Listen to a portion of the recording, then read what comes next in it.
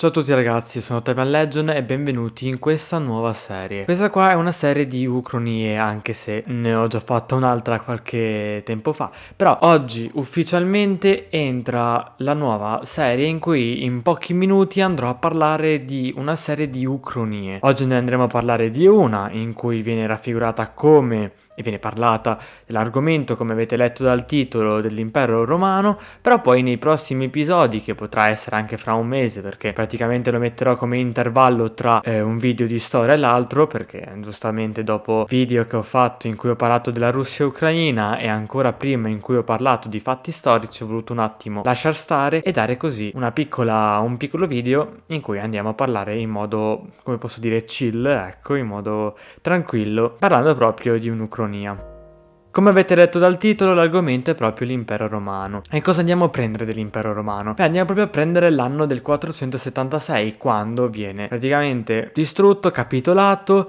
dove Romolo Augusto viene deposto da Odoacre. Dobbiamo cambiare un attimo i fatti e prima di tutto vorrei andare a parlare di Giulio Nepote. Vuol dire andremo a cambiare l'imperatore, non è Romolo Augusto, un ragazzino praticamente dove invece di governare lui governava suo padre. Invece andiamo a prendere il legittimo imperatore romano, ovvero Giulio Nepote, e lo mettiamo dentro togliendo Romolo Augusto. Ovviamente anche perché Romolo Augusto non riusciva e non poteva riuscire a governare un paese e a cercare di non farsi catturare e uccidere da Odoacre, ecco. Ma come mai l'impero romano è morto? Beh, in poche parole, Odoacre era il capo dell'esercito stesso romano e intanto che l'impero romano non aveva più un esercito composto da soli romani, ma praticamente tutti barbari, dallo stesso Odoacre, dobbiamo anche vedere come invece lo stesso Odoacre in questa Ucronia andrà contro Giulio Nepote, perché Romolo Augusto lo lasciamo stare,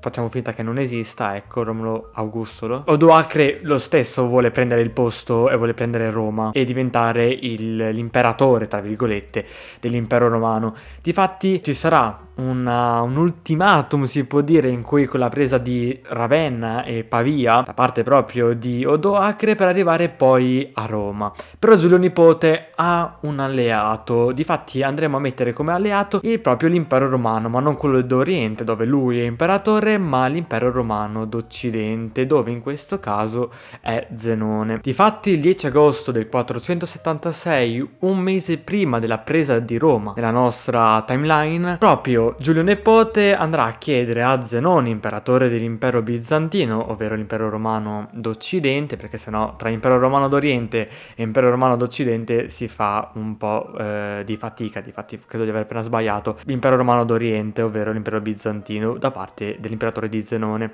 Difatti darà un po' di uomini a difendere Roma, perché non ha praticamente nessuna armata, difatti come ho detto Odoacre era il capo dell'armata di Roma. Vuol dire Giulio Nepote prenderà e chiamerà Zenone, imperatore dell'impero bizantino, ad aiutarlo. Vuol dire Zenone prenderà l'esercito, andrà a Roma e le sorti saranno in cui il 6 novembre Giulio Nepote con l'esercito riuscirà a togliere l'avanzata e difendere Roma e Odoacre verrà catturato.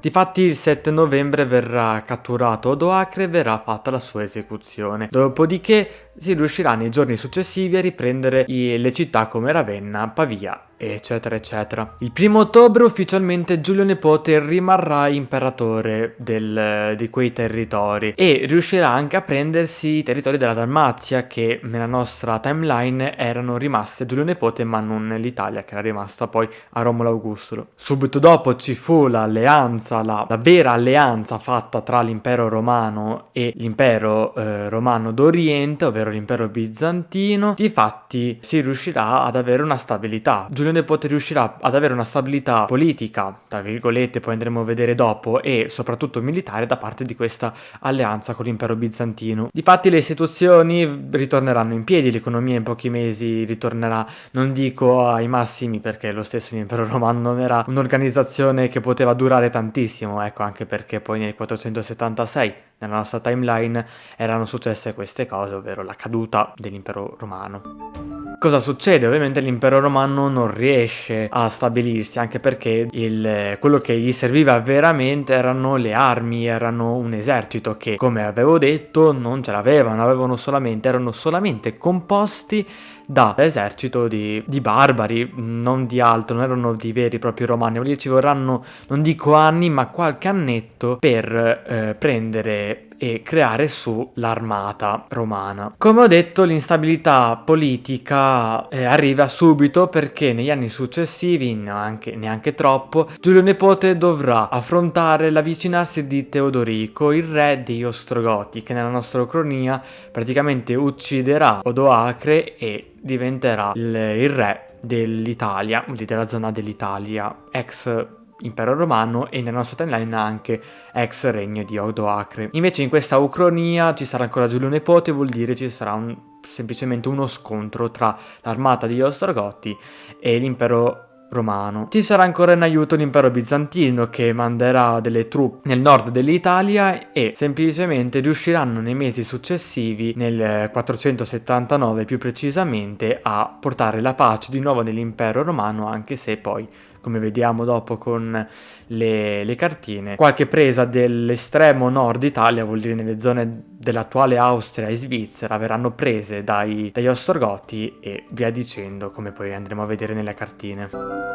Eccoci qua, queste qui sono le due cartine. La prima che vedete è quella della timeline normale nel 476, non mi ricordo bene. Invece l'altra che vedremo subito dopo è proprio la cartina che sono andato a creare dell'Ucronia. Difatti, come vedete nella cartina dell'Ucronia possiamo notare come l'impero romano ha perso determinati territori rispetto alla cartina precedente dove c'era il regno degli Ostrogoti o di Odoacre, ecco. Però quello che vediamo lo stesso è che esiste un impero romano e gli unici territori saranno l'Italia e la Dalmazia. Poi, come vediamo, invece le due isole principali prese dai Vandali nel nord dell'Africa saranno poi prese negli anni successivi. In questo caso io ho scritto 481, ma proprio per dare una data neanche troppo certa, ecco, della presa della Corsica e della Sardegna. Difatti questa cartina l'ho datata nel 480 d.C. Bene, questa ucronia è finita. Come avete visto ho detto veramente poco, sono veramente dei piccoli punti in cui sono andato a creare una storia alternativa dell'impero romano. Ovviamente se dovremmo andare ad analizzare tutte le possibilità, l'instabilità economica, la politica, l'armata che non esiste praticamente, dovremmo parlare per più di 40-50 minuti. Però come ho detto, questa qui è una serie che voglio portare in modo tranquilla, con pochi minuti in cui parliamo in modo molto generale di una ucronia. Questo qua è il primo episodio in cui siamo andati a parlare dell'impero romano. Quindi, come ho detto, spero che vi sia piaciuta. Vi ricordo di mettere like e di iscrivervi al canale, e sotto il link della descrizione c'è per entrare nel mio server Discord e per entrare anche su Twitch, dove faccio live da lunedì a venerdì dalle 8 e mezza fino alle 9, e poi il venerdì dalle 8 e mezza fino a che alle 11 e mezza, in base poi quanto sono stanco, ecco. Da Ottavia Legend è tutto e ci vediamo in un prossimo video. Bella ragazzi!